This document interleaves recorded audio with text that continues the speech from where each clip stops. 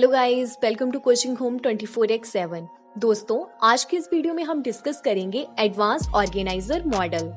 Friends, ये learning and teaching subject का एक इम्पॉर्टेंट टॉपिक रहेगा जो कि कॉम्पिटिटिव एग्जाम में इससे के क्वेश्चंस बनते हैं। तो हम इसको डिस्कस करेंगे अपनी इस वीडियो में। चलिए फ्रेंड्स, अपनी वीडियो को स्टार्ट करते हैं। एडवांस ऑर्गेनाइजर मॉडल, इसको हिंदी में अग्रिम संगठक प्रतिमान भी कहा जाता है। अग्रिम संगठक प्रतिमान का प्रतिपादन अमेरिकन मनोवैज्ञानिक डेविड आशुबेल ने अपनी पुस्तक एजुकेशन साइकोलॉजी कॉग्निटिव व्यू में 1968 में किया। और फ्रेंड्स, यहाँ से दो क्वेश्चन जो हैं वो कॉम्पिटिटिव एग्जाम में पूछे गए हैं 2016 में। पहला क्वेश्चन ये कि अग्रिम संगठक प्रतिमान का प्रतिपादक किसके द्वारा किया गया था। तो फ्रेंड्स, इसका आंसर हो जाएगा डेविड आशुबेल के द्वारा। और फ्रेंड्स, यहाँ से दूसरा क्वेश्चन बनता है कि एजुकेशन साइकोलॉजी बुक किसकी थी। दी एजुकेशन साइकोलॉजी बुक जो है वो थॉर्नडाइक की थी। आगे देख लीजिए, एडवांस ऑर्गेनाइजर मॉडल का आधार सार्थक मौखिक अधिगम सिद्धांत या सार्थिक शाब्दिक अधिगम सिद्धांत है। यहाँ से एक क्वेश्चन बनता है कि डेविड आशुबेल का एडवांस ऑर्गेनाइजर मॉडल मनोविज्ञान की किस शाखा से संबंधित है। तो इसका आंसर हो जाएगा संज्ञानात्मक। क्यों? क्योंकि डेविड आशुबेल जीन प्याजे के संज्ञानात्मक विकास सिद्धांत से प्रभावित थे, इसलिए उसका एडवांस ऑर्गेनाइजर मॉडल मनोविज्ञान की संज्ञानात्मक शाखा से संबंधित था। नेक्स्ट देख लेते हैं एडवांस ऑर्गेनाइजर मॉडल के उपनाम। तो फ्रेंड्स, एडवांस ऑर्गेनाइजर मॉडल के बहुत सारे उपनाम हैं। क्वेश्चंस में आपको क्वेश्चन ऐसे भी एग्जामिनर डाल सकता है कि सार्थक मौखिक अधिगम सिद्धांत किसे कहा जाता है। तो एडवांस ऑर्गेनाइजर मॉडल को ही सार्थक अधिगम सिद्धांत कहा जाता है। चलिए देख लेते हैं। एडवांस ऑर्गेनाइजर मॉडल हिंदी में अग्रिम संगठक प्रतिमान, दूसरा एडवांस ऑर्गेनाइजर मॉडल प्रगत संगठनात्मक प्रतिमान, फोर्थ सार्थक मौखिक अधिगम सिद्धांत। तो फ्रेंड्स, डेविड आशुबेल का जो एडवांस ऑर्गेनाइजर मॉडल है वो सार्थक अधिगम सिद्धांत पर ही आधारित है, क्योंकि ये दोनों एक दूसरे के परस्पर पूरक होते हैं, दोनों की प्रोसेस लगभग सेम है और इसीलिए इसे सार्थक मौखिक अधिगम सिद्धांत कहा जाता है। सार्थक शाब्दिक अधिगम सिद्धांत, अर्थपूर्ण शाब्दिक अधिगम सिद्धांत भी कहा जाता है, प्राप्त अधिगम का सिद्धांत भी कहा जाता है। एडवांस ऑर्गेनाइजर मॉडल को समावेश का सिद्धांत, आत्मसात का सिद्धांत, अग्रिम आयोजकों का सिद्धांत एवं अग्रिम व्यवस्थापक मॉडल, ये सारे उपनाम हैं किसके? एडवांस ऑर्गेनाइजर मॉडल के अग्रिम संगठक प्रतिमान के उपनाम। नेक्स्ट डेफिनेशन दी है डेविड आशुबेल ने। अग्रिम व्यवस्थापक मॉडल छात्रों की संज्ञानात्मक संरचना को सुदृढ़ करने हेतु डिजाइन किया गया है। यहाँ पे जो इन्होंने डेफिनेशन दी है डेविड आशुबेल ने, यहाँ पे एक वर्ड आया है संज्ञानात्मक संरचना। तो फ्रेंड्स, संज्ञानात्मक संरचना से ही हमें पता चलता है स्वयं करके सीखो। एडवांस ऑर्गेनाइजर मॉडल का प्रयोग करते समय जो टीचर्स होते हैं वो केवल गाइड करते हैं बच्चों को और छात्र सक्रिय रूप से उसमें कार्य करते हैं। दूसरी डेफिनेशन भी डेविड आशुबेल ने दी है। सीखने को प्रभावित करने का सबसे महत्वपूर्ण कारण वह है जो वह पहले से जानता है, अतः पता करें कि वह पहले से क्या जानता है और उसके अनुसार उसे सिखाए या सिखाने का प्रयत्न करे।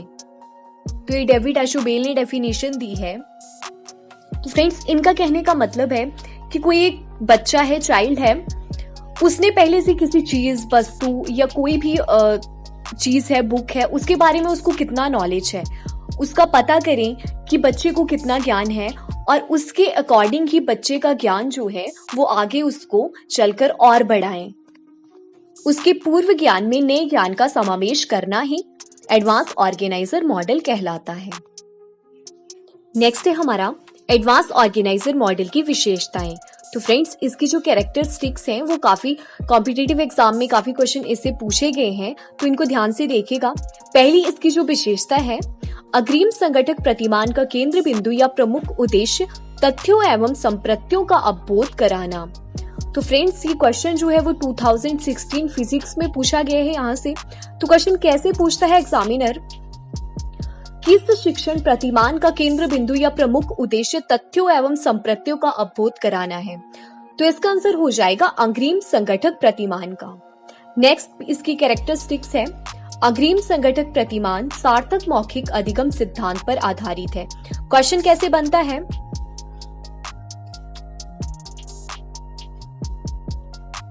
क्वेश्चन बनता है अग्रिम संगठक प्रतिमान का आधार क्या है? तो इसका आंसर हो जाएगा सार्थक मौखिक अधिगम सिद्धांत।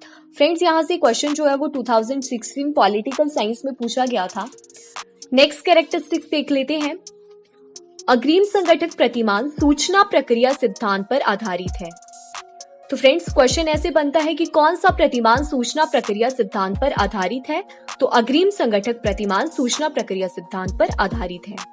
नेक्स्ट, अग्रिम संगठक प्रतिमान का प्रयोग ज्ञानात्मक पक्ष के उच्च स्तरीय उद्देश्यों की प्राप्ति हेतु समस्या समाधान के रूप में किया जाता है। नेक्स्ट, अग्रिम संगठक प्रतिमान विषय में अमूर्त मीन्स एब्स्ट्रैक्ट संप्रत्यों के अध्यापन के लिए उपयुक्त है।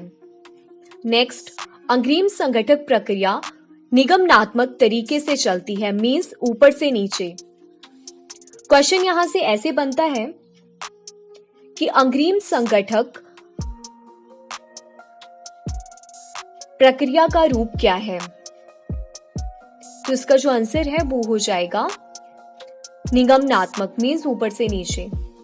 नेक्स्ट है फ्रेंड्स हमारा objective of advance organiser model, अग्रिम संगठक प्रतिमान के उद्देश्य। पहला उद्देश्य क्या है?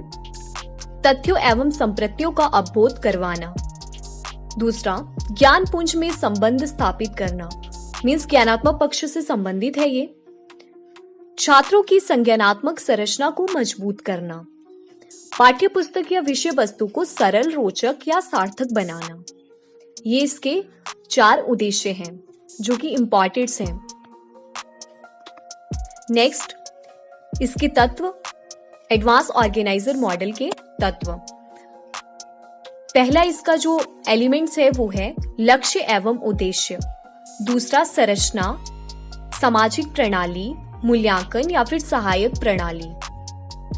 डेविड आशुबेल द्वारा बताए गए अधिगम के प्रकार, ये काफी इंपॉर्टेंट है फ्रेंड्स। पहला प्रकार जो है वो है अभिग्रहण द्वारा सीखना, दूसरा अर्थपूर्ण सीखना, तीसरा रटकर सीखना और चौथा है खोजपूर्ण द्वारा सीखना। डेविड आशुबेल द्वारा बताए गए अधिगम के प्रकार को अब हम थोड़ा सा एक्सप्लेन कर लेते हैं, डिस्कस कर लेते हैं। पहला इन्होंने बताया है अभिग्रहण द्वारा सीखना। तो फ्रेंड्स, सीखने वाली सामग्री को जब हम लिखकर या फिर बोलकर प्रकट करते हैं और विद्यार्थी इन सामग्री का इनिशियलाइज कर लेता है, यह रटकर समझकर दोनों प्रकार से होती है। यह बच्चों के इंटरेस्ट के ऊपर डिपेंड करती है। नेक्स्ट है अर्थपूर्ण सीखना, मीनिंगफुल एसिमिलेशन।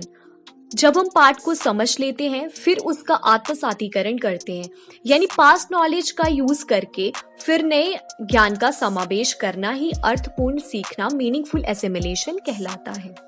नेक्स्ट है रटना, रोट लर्निंग।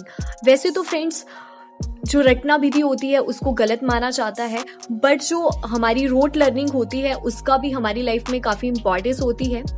एग्जाम्पल के तौर पर अगर हम देखें तो छोटी कक्षाओं की ओर ध्यान दें तो बच्चों को नर्सरी रिदम को सिखाने के लिए बच्चों को रटाना पड़ता है।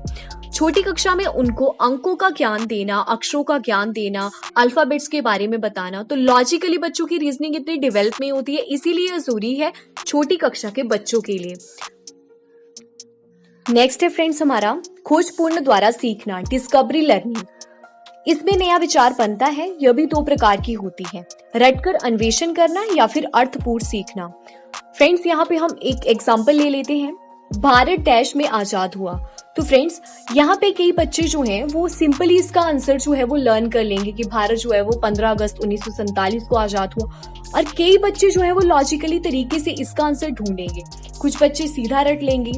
यह बच्चों की तर्क शक्ति, मानसिक बुद्धि, रुचि के ऊपर डिपेंड करता है कि उन्होंने कितना किस चीज को सीखना है। अगर उस बच्चे में इंटरेस्ट होगा किसी चीज को जानने के बारे में तभी वो पढ़ेगा, वरना वो ऐसे रट कर चला जाएगा। तो फ्रेंड्स, ये था हमारा advance organiser model of Ausubel. तो फ्रेंड्स, आज की इस वीडियो में हमने डिस्कस कर लिया है इसके उद्देश्य, तत्व, इसके टाइप्स और इसके उपनाम। आई होप फ्रेंड्स आपको ये वीडियो अच्छी लगी हो और ये क्वेश्चन इंपॉर्टेंट है competitive exam point of view से। तो फ्रेंड्स, आई होप आपको हमारी वीडियो अच्छी लगी हो। अगर आपको हमारी वीडियो अच्छी लगी हो तो इस वीडियो को अपने फ्रेंड सर्कल में ज़्यादा से ज़्यादा शेयर करिएगा, और अगर आप हमारे चैनल पर पहली बार जुड़ रहे हो तो इस चैनल को सब्सक्राइब जरूर करिएगा। तो फ्रेंड्स, मिलते हैं नेक्स्ट वीडियो में कुछ नए टीचिंग मॉडल के साथ।